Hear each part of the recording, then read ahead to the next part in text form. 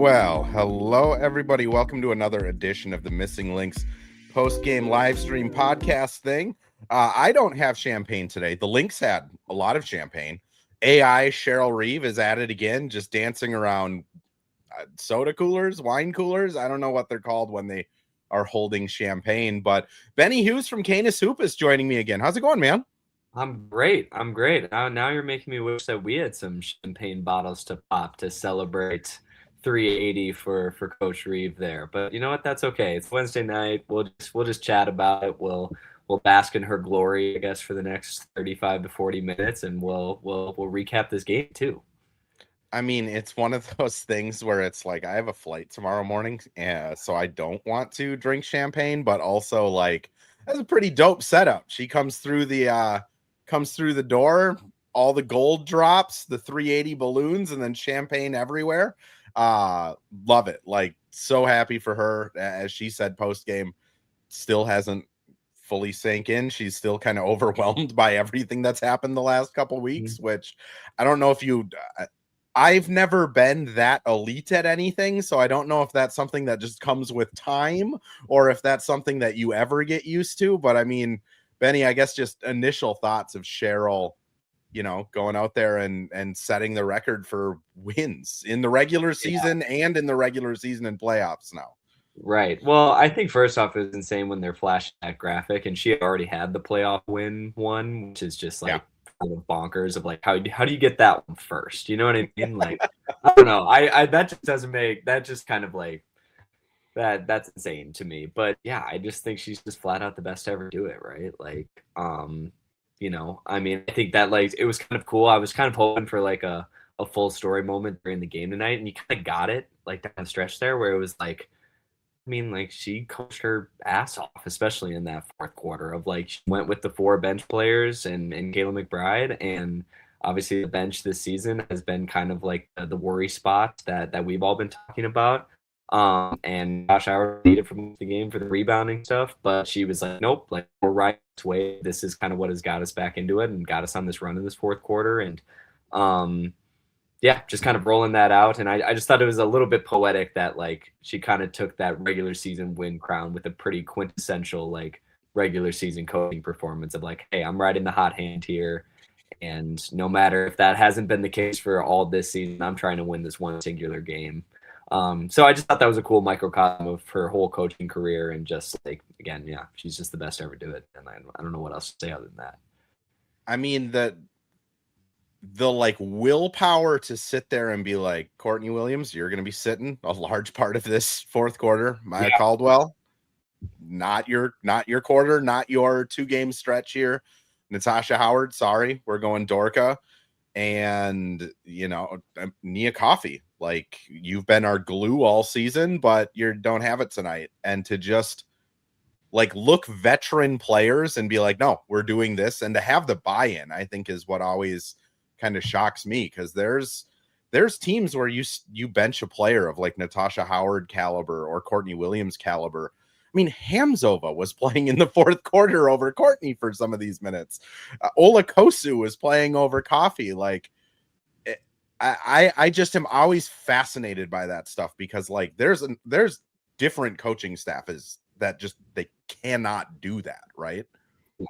No, I mean, absolutely. That's an awesome point to bring up. And like just the knowledge of like, I think that we all seem to have an understanding of like, yeah, Courtney's going to be fine. Like they won the game, especially, and like even if they had lost, like obviously she probably would have been pissed, but it wouldn't be like a problem. Like she would just be more upset at herself of how she was playing and like what the decision was.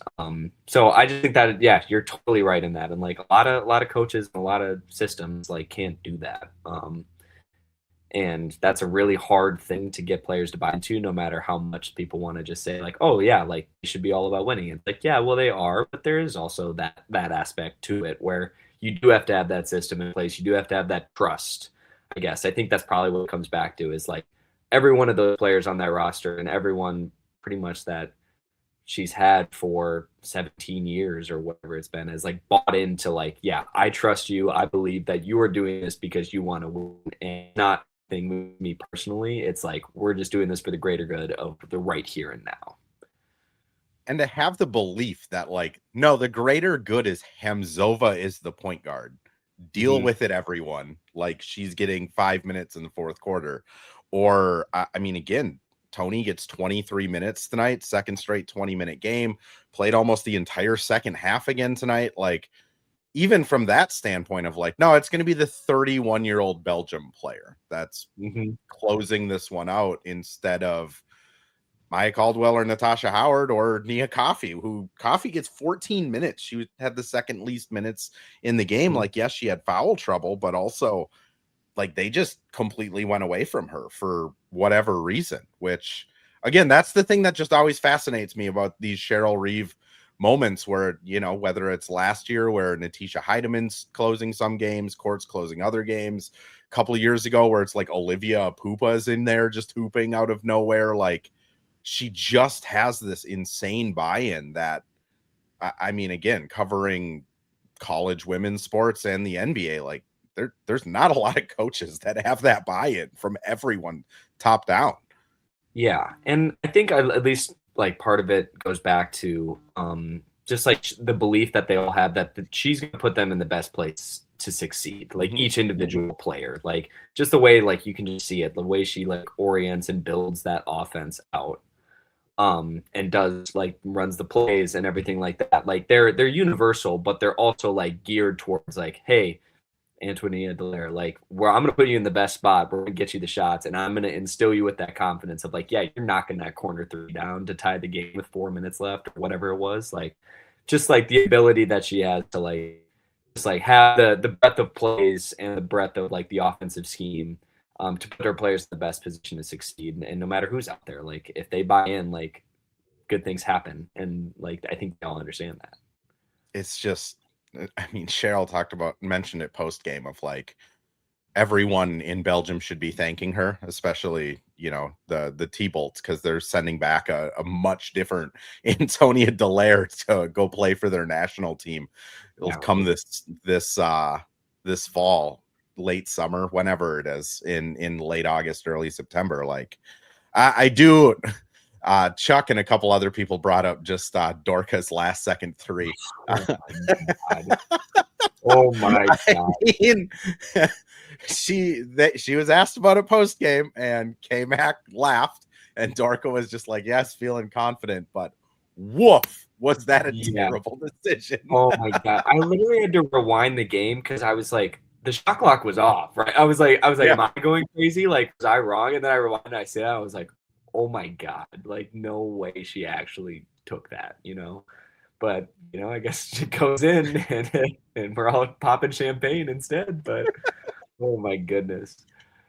I audibly gasped. Like I was like, oh my god, what is happening? And then she made it, and it's like, all right, well, I guess no one's going to talk about that tonight, but woof. Yeah.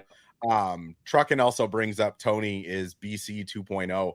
Honestly, that's something quite a few of the players were saying in training camp, that Toni had the same kind of just like, she is a professional role player. And it is, I remember talking to her on media day just because I was fascinated by like, how does a 31-year-old just become a professional? Like, I am going to run hard and do all of the gritty things, and that is what I am best at. And I mean, she just kind of said like, that's how she's always been able to stick on rosters. I will say the thing that's the most BC about her is I feel like they have to beg her to shoot the ball sometimes, which that was BC all last year. So it is kind of ironic that BC goes on to Portland and now they just have new BC with same shooting issues.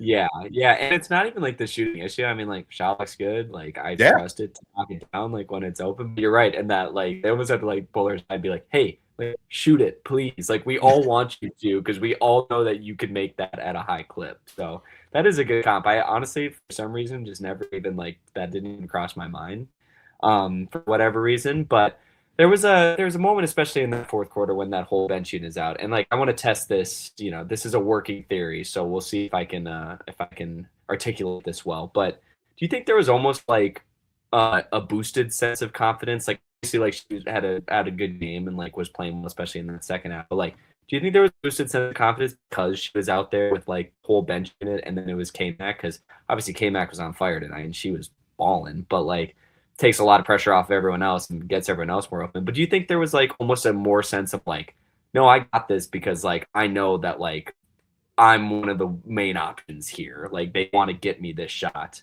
And Hanzova like set her up for that awesome one in the corner and like the next one too, or like I think she had 2 in the fourth. I can't remember. I guess off the top of my head. But that was just kind of what I was thinking as I was like, oh, you almost look there was a boosted sense of confidence in her almost because that was the lineup that was rolled out there. I am going to quote Joe Ingles. So everyone who is not a Wolves fan, Joe Ingles, 37, a wry 37-year-old Australian that has not very much hair left, that played for the Wolves for the past 2 seasons. And he came over from Australia as a rookie when he was 26. And I remember talking to him last season when we got the chance to just like kind of chat with him about life and other things. Or no, it was 2 seasons ago because he was playing minutes at the beginning of the season. And we were just kind of talking to him. And I asked him just like, well, what is so hard about like just checking in for like that 6 minute a game shift, right? Like you're not going to play in the second half. You're just going to play 6 minutes in the first half to give someone a blow, and then you're done for the game. And he was like, it's one of the hardest things because you just aren't comfortable with anybody. Like you have no rhythm. You have no shooting rhythm. You have no defensive rhythm. You're playing with random players. There isn't like a set roster sub in, sub out. You're usually coming in for whoever's in foul trouble or whoever looks gassed. And you just, like if you're a young player, you don't want to screw up. So like if you go in and shoot a 3 that's ill-advised, your night's over. Like that's it. Your true shooting tanks. So he was talking about it more from like the veteran sense of like, that's why a lot of times you see people in that 6 to 7 minute role thrive are people like longer in the tooth because they just don't care as much or they don't have as much to prove as like a young guy. And I do think you're right with Toni in that sense of like, she is a rookie. She's never played in the WNBA. She's never really come off the bench in her career. Like you look at her Belgium stats, she's been a starter since she was like 17. This is probably super weird for her. And it is really tough to just check into a game and be like, nope, I'm going to shoot this instead of Courtney Williams, Natasha Howard, Olivia Miles, or Kayla McBride. But I think when she's out there with like Dorka and Hamzova, she's like, this is my time, everybody. I am going to launch this one because like, who else is going to shoot it? Hamzova? Like, so I do think like, I don't know if it's just she needs more reps and get more confident and kind of get that, you know, pecking order of like when she can take her spots and that'll fix it. Or maybe it is just like you got to do some hockey rotations where you're just checking in 4 players and just letting Toni kind of run it because she's legitimately good, man. Yeah. And like, I feel like that you had to give her time, right? Like we're 22 games into the season now. And it's like, you kind of saw the flashes really early on. Like if she is 31 years old, she's a rookie. Like she's getting used to this exact style of play because the W is different than any other league. Just like every league is a little bit different in that sense. So I just think that she just needed a little bit of time to kind of get her feet under, get integrated into the system and kind of understand of like, hey, here are the shots I'm supposed to be taking. Here are the shots that everyone wants me to take. And they keep telling me that they want me to take them. So finally I'm going to like, it's starting to click, I think, a little bit more for her too, which is like awesome. And there's still time to go, which is really cool. And obviously like you want to peak at the right time, but I kind of had a feeling that it would take her a second to kind of get in the groove of things in this system, in this league. And it's just cool to see like, okay, things are maybe starting to click here. And exactly like what you said, like there's a role for that anywhere. And it's a really valuable one, especially on this team. So, I mean, and then Hamzova too. I mean, you can just see, you know, prior to her getting released and then put on a developmental deal, I mean, the couple times she played, it was like deer in the headlights, just like you could just tell it was so overwhelming.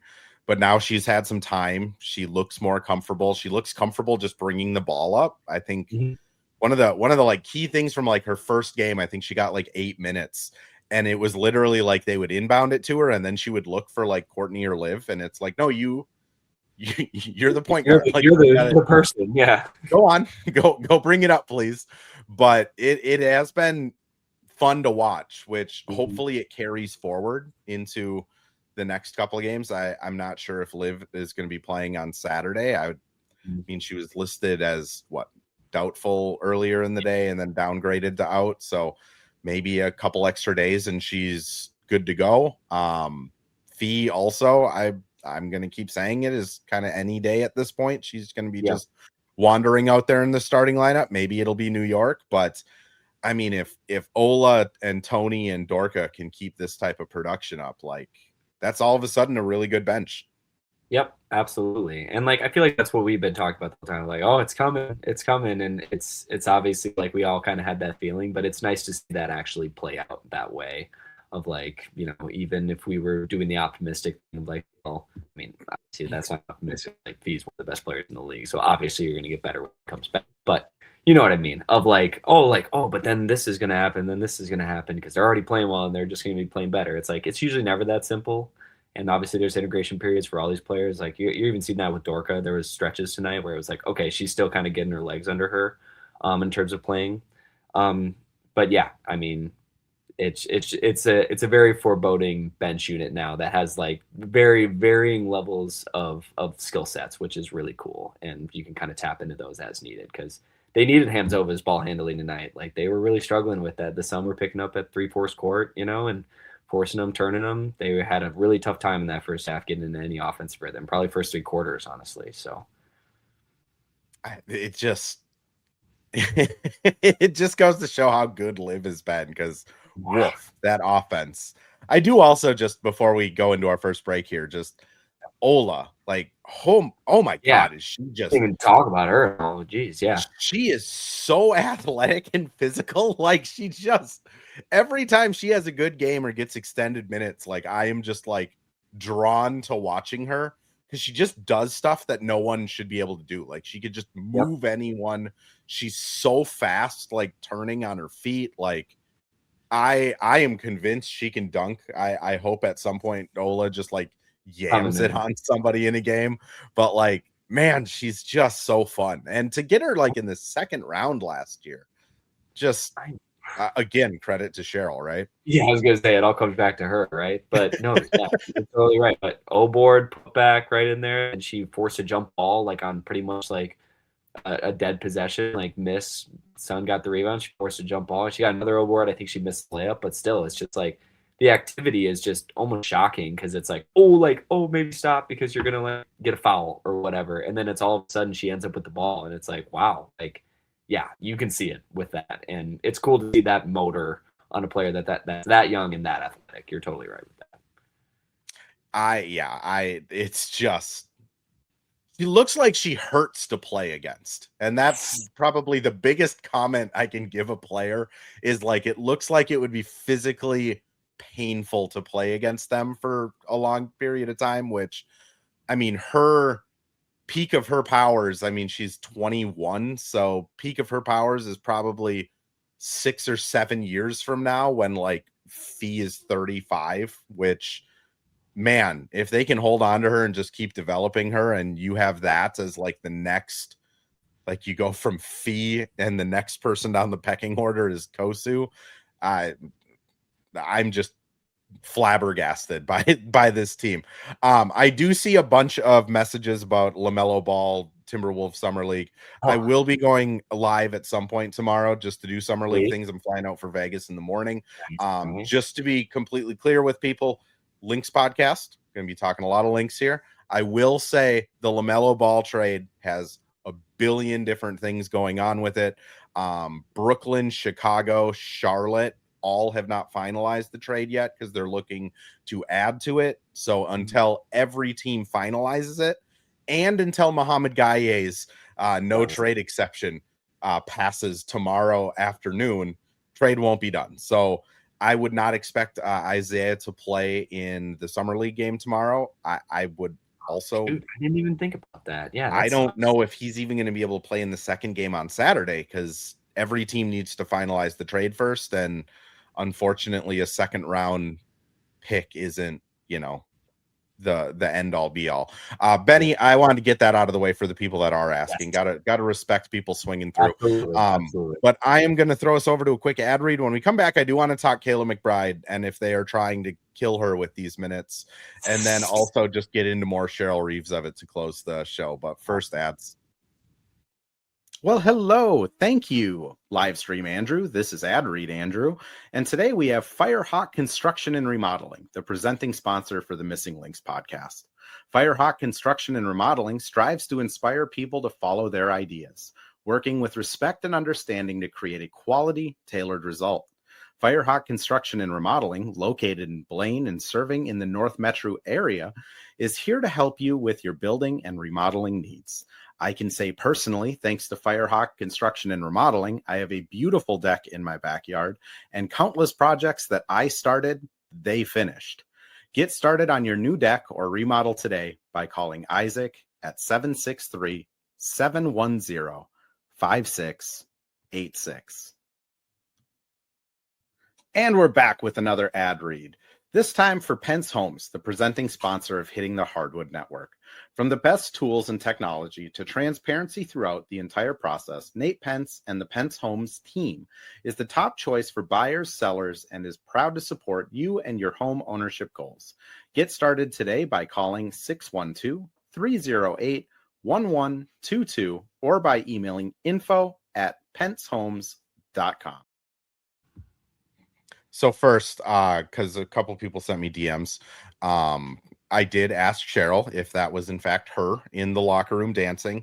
Sounds like it might have been another case of AI. Cheryl says she wasn't in the room and she just heard a ruckus coming from down the hall. So Perfect. I love how we have over a year-long running joke of people AIing Cheryl Reeve into different dancing scenarios. Just love it.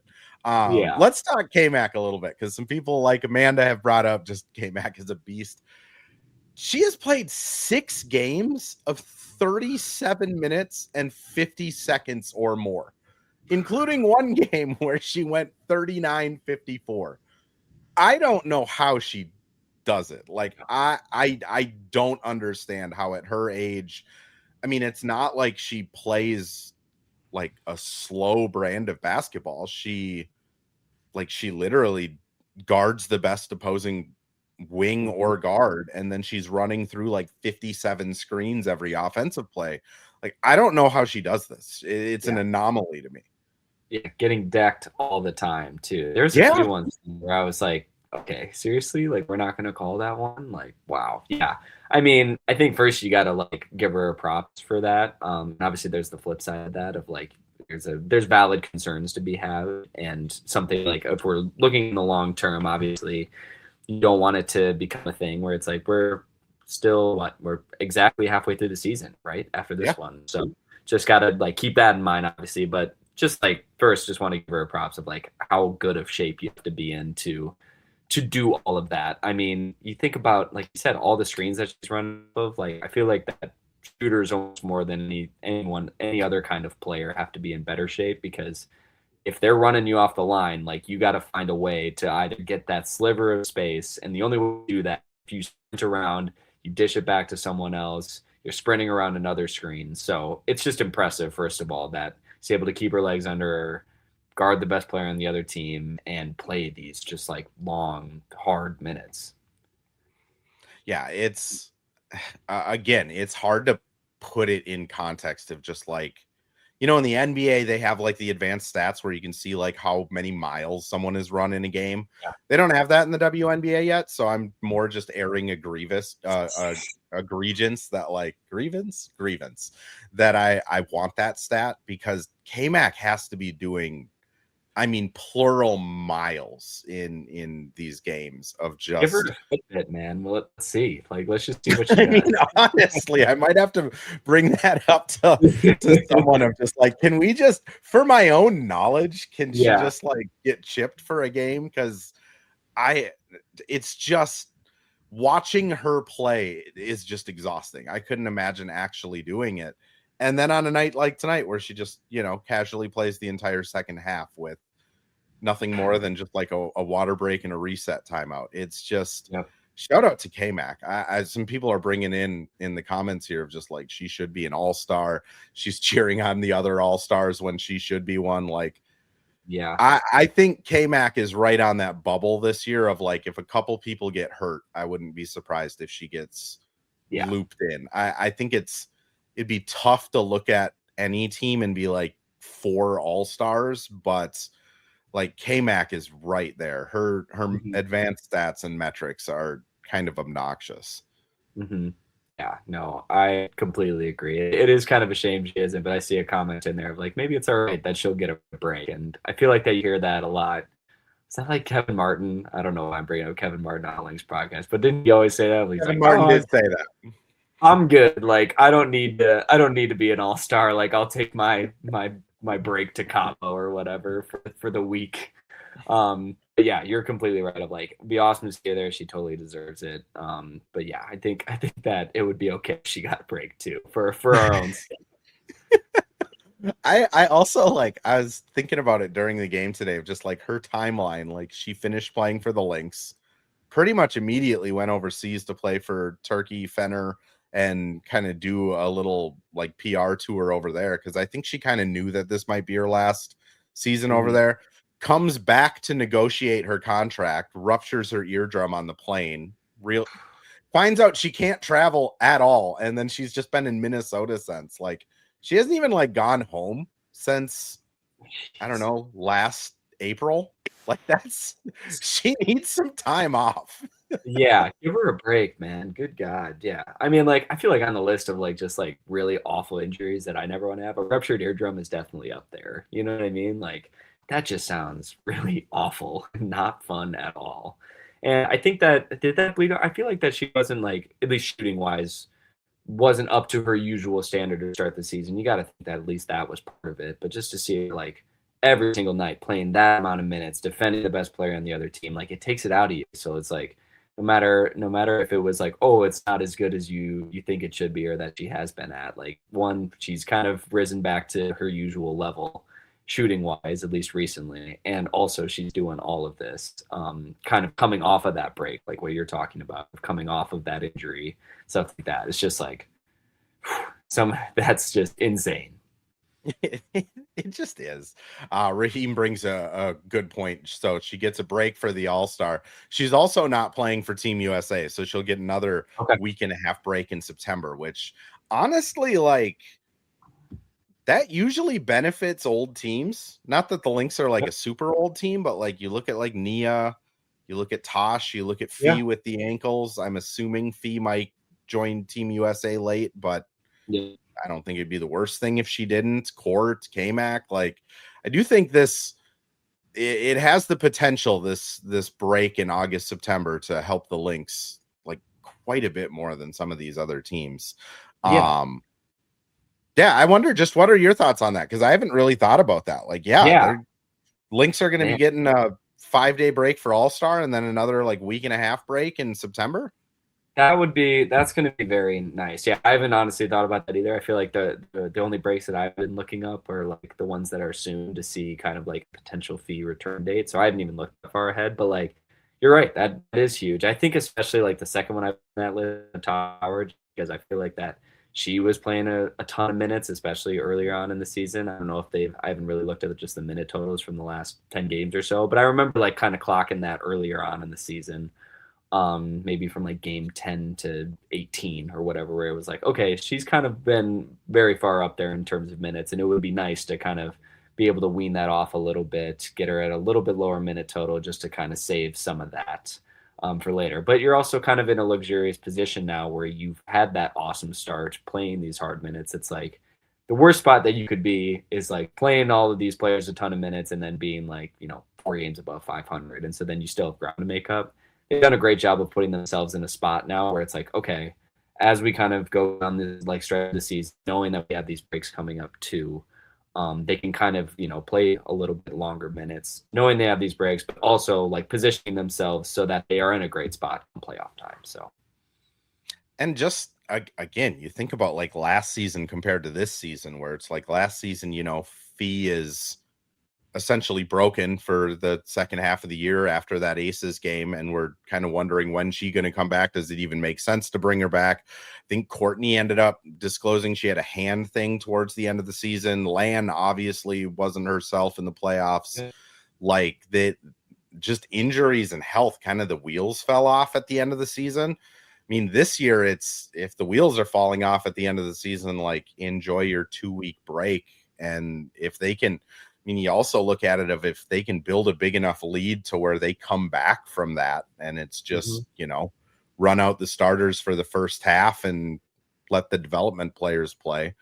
I mean, it really could benefit them quite a bit, which, I mean, people are bringing it up in the chat, like K-Mac getting a ring. Like, I don't know. I covered the team in 2024. They're, I would argue this team is more talented than that team. I think at least on paper, this team is more talented than last year. Like, if everyone's healthy, I don't know who I'd take over them other than maybe the Aces.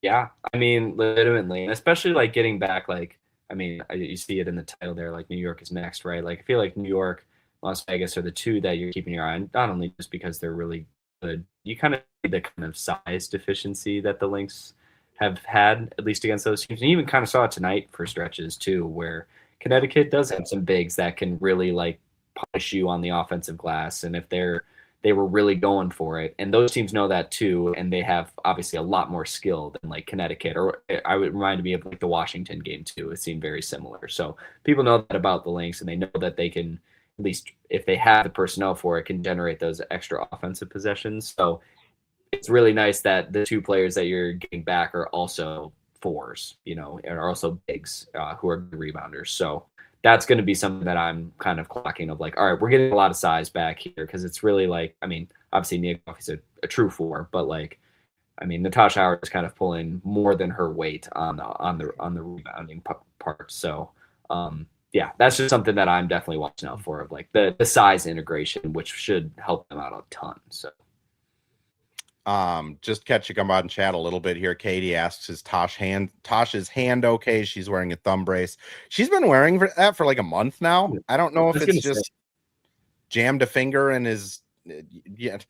It sucks with like joint injuries, because there's nothing you can really do, right? Like, how do you heal a jammed finger? You don't use your finger for like a few weeks, and in professional sports you can't really do that until the off season. So like, it doesn't seem to be affecting her, is what I would say. Like, I think the, you know, near basket misses is more related to like exhaustion and Liv's not out there than an injury, but she has been wearing it.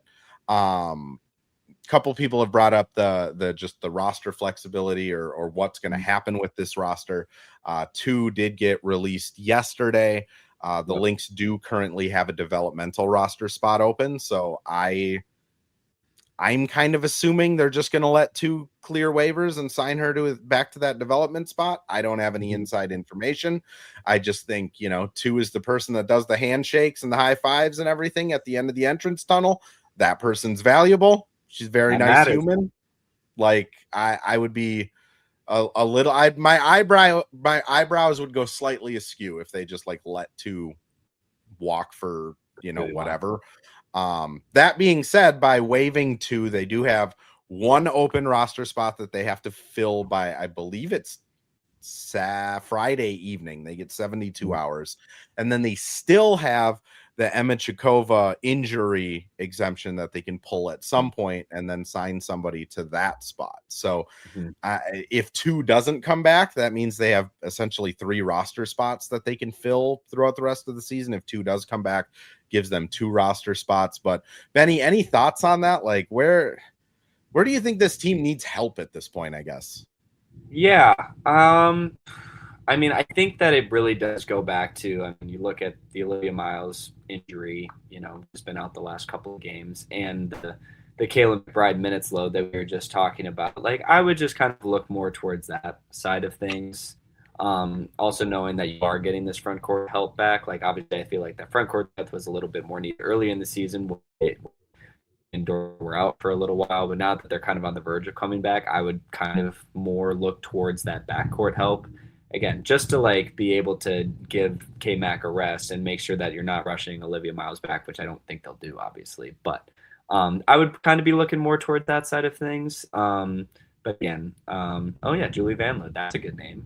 Yeah, Yep. for sure. So I that's what Men I from would the top rope. Julie Vanloo would be cool. Oh, let's do it. I'm ready. I'm in. Phone it in. I mean, the other thing is, like yesterday, a bunch of players got released from around the league. I think it was yesterday at midnight or yesterday at 7 p.m. that like roster spots became fully guaranteed for the second half of the season. So a lot of people got released.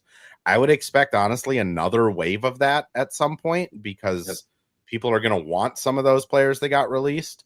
So I think there will be some movements, and I think it makes sense with the 2 release that they're looking at. Hey, we're going to have a chance to bring in somebody that can make an impact. Ryan asks Kennedy Carter. Ben immediately says no to Kennedy Carter.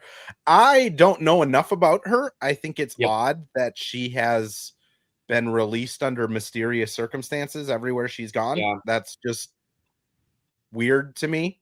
I've never really heard anything like negative about her, like that she starts stuff or that she's awful teammate or anything like that. But like usually, at least from my experience, the last half decade of covering sports, like when somebody's getting released and there's not a whole lot of information about it, there's something going on. And when it's happened in multiple teams, it would make me a little nervous. The other thing I would just say is Cheryl, like literally a couple weeks ago, gave me a quote of, she's kind of learned her lesson from bringing in people that don't exactly fit the Lynx culture.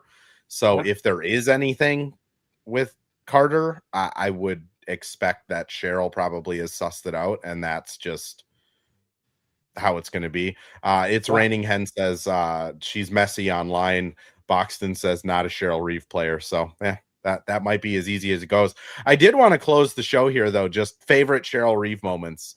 I'll let you go first. I clued you in that we'd be doing this. Yes. Benny has been with Canis Hoopus for a few years now, also has done some other stuff around the team. So I know you at least have more than just a fan relationship with the Lynx. So what do you got? Like, what's kind of your favorite Cheryl Reeve memory, whether it's from a game or otherwise?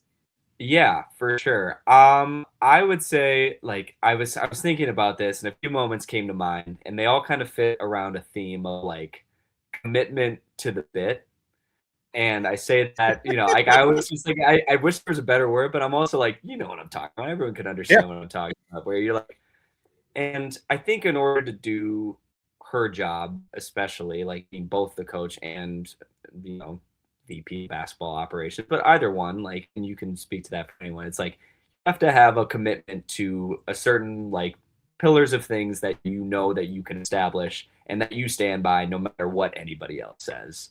And I think that she has that. And a few ones that come to mind of like when she storms the court last year, after the fee foul of like, I'm ride or die for my players, and that's the thing that I think I really love her, and that she's able to be so good at what she does. Of like, she's ride or die for them, even if she yells at them, even if she's screaming at them, like no matter what, like she's with you. And so I just think of like that.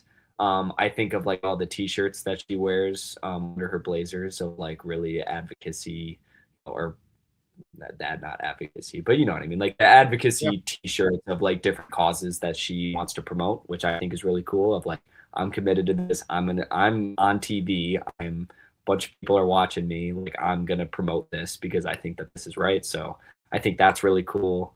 There's one more. Oh yeah, I was thinking like the first season that I really started covering the team was like the year before the first Liberty finals run or the finals run. And that year, I remember, I think that was like Dinah Miller's rookie year, and maybe Sylvia Fowles last year. Maybe am I right about that? Maybe was that the year before? That was the year before because he rushed back from pregnancy, and then Diamond got drafted next year. That's what it was. Okay, sorry. So I covered the team. The first year was when Diamond Miller's rookie, and it was like it was a fine season. But I just think that like she squeezed the most out of that team, and I think that you could point to a bunch of other teams that she's done that with, and it was because that she was committed to all of that and put her players in the best position in order to succeed. So that's just kind of what I think of like the through line through it is that commitment to it and commitment to her style, which obviously has worked as well as anyone could ask it to. So that's kind of what I skew towards, at least initially. So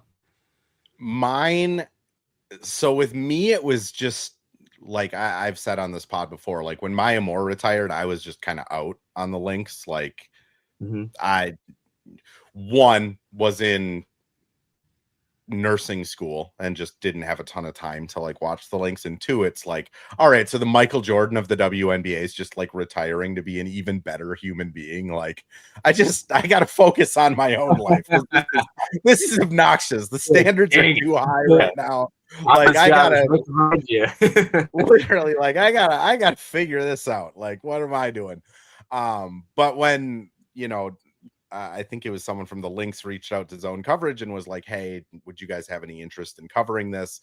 And I remember Tom Shearer, the guy that runs Zone Coverage, like calling me and being like, hey, do you watch the WNBA? And I was like, not for like 6 years, but like I can. Like I love basketball. Basketball is basketball. Like would be happy to. And like one of the first questions I asked her was after the Seattle Storm home game in 2024. That was like the first game I covered with credentials, and they set the WNBA record for total turnovers between the two teams. And my question was something to the effect of like, so how about those turnovers? And she gave an awesome answer. But like, I think what I like have valued and treasured the most over like covering her for the past 3 years is just like how different the perception versus the reality is. Like, of course, Cheryl is, like she's fiery. She wears some of her emotions on her sleeve. Like after the last Connecticut game, I was like, so like what did you guys game plan that they didn't do? And Cheryl's like, I'm not telling you the game plan. And it's like, all right, well, fair enough. Like got me. But then also like the other side of Cheryl, where it's like the Annunciation church shooting happens. And like that was shortly after Kent had retired. So it was like just me and Terry on the beat. I like texted PR and I was like, hey, the Lynx and Wolves haven't put out a press release on this. Like I'm asking Cheryl at this media scrum. And like their PR didn't even have a chance to like tell Cheryl that I was going to ask about it. I asked about it and Cheryl gave like the perfect answer, hitting every note, every emotion, like the anger, like everything. And those are the things with Cheryl that like I've learned to appreciate the most, of just like, she's just unapologetically a really good person. And for a person like that, who, kind of acknowledges like, they had issues with their identity growing up and they had issues fitting in and like learning self-confidence and all of the things that Cheryl has talked about over the years, for that person that I think everyone can see a little smidgen of themselves in, to end up being like the most winningest coach in the WNBA is just awesome. Like that's the thing I always kind of appreciate, is just like, she's just a normal person that happens to be extraordinarily good at this. And even though she's extraordinarily good at this, she's still a normal person, which I don't think you can sell that short, right? Yeah, and uses her platform to promote really important things. I don't know. I mean, like we're skewing off the basketball thing, but I do think that it's both, and I just think always just really loved that and respected that. And just like what you're talking about of like giving a quote on those types of things, it's like, doesn't matter that they weren't able to prep the media response for her. Like that was genuine. And I just so much respect for that and love that. And she probably wouldn't have used the media response anyways. Yeah. Okay. Sounds good. Yeah. Thanks. Yeah, it's just, it's one of those things. I mean, Gene brings up social justice as a core Lynx value. Like, absolutely, Wolves Jr., Cheryl is genuine. That's what makes her great. Like, again, absolutely. Like you can literally just see it when she talks, that like there isn't this big facade. Meg adds also, she's really funny. Yes, Yeah. I believe that in a different life. Man. In a different life, Cheryl Reeve is a stand-up comic somewhere on the East Coast. She's committed to the bit, just like stand-up comedians, man. Let me tell you. Full circle. She just gets it. All right, Benny, let's get out of here, though. Where can people find you? Please plug your writing. I also hear you're a contributing member at Hitting the Hardwood, which is pretty dope, I hear. That is true. I am. Yeah, I just had a article come out about almost a week ago tomorrow. So last week, just kind of basically what the heck happened in the Wolves off season, because it's messaging back and forth with our friend Mitchell, and he was like, "Hey, do you want to like maybe you could write something about this?" I was like, "Yeah, for sure. Like I can get to it like in a couple days." And then like another thing would happen, and then another thing would happen, and then LaMelo Ball happened. So I'm like, all right. I said, okay, I'm gonna wait like 2 more days. I can get to this tomorrow night. I'm just gonna be like, this is what all the things that happened for the last week. So I think I got over 2,000 words, but it was like 4 different sections, and I know Nas made a hype up of LaMelo Ball, all of that stuff. So doing some more link stuff over at Canis, mostly recaps of the week. So if you miss any of the games, you can check those out there. Other writers, obviously, we kind of take turns with that stuff, but awesome way to kind of get caught up if you had to miss a game or two. But yeah, those are the 2 places you can find my writing, though. But yeah. Media mogul Benny Hughes, Exactly. climbing the ladder, just like we all had to. Just wait, man. All right, man. Thanks for doing this. For anyone that jumped into this a little bit late, first off, like 10:40 on a Wednesday, and there's pretty close to like 50 concurrent viewers on YouTube the entire time. We've hit to just hit 420, blaze it. Total viewers that are going by the pod to check out at least a couple minutes of it. If you did come in late, though, it does get posted up on YouTube and X as soon as I end the stream here, and then it will live on forever as a podcast tomorrow morning at 7 a.m. We do have, after that Liberty game, Lucas Kaplan, who writes for Nets Daily. I believe it's the SB Nation site over in New York. He covers the Liberty with credentials. He's going to be joining for the post game. Also, Kingaby from Victory Plus is going to be joining to break down that game. Honestly, Lucas is super cool. He's been on the pod before. If you're interested in like the Liberty side of it, I think it'll be pretty fun, because I just want to pick his brain of like what the heck's going on over there and where they kind of match up. But that's enough of me previewing and rambling. Thanks everyone for tuning in, and Benny, appreciate you, man. Yeah, thanks for having me as always.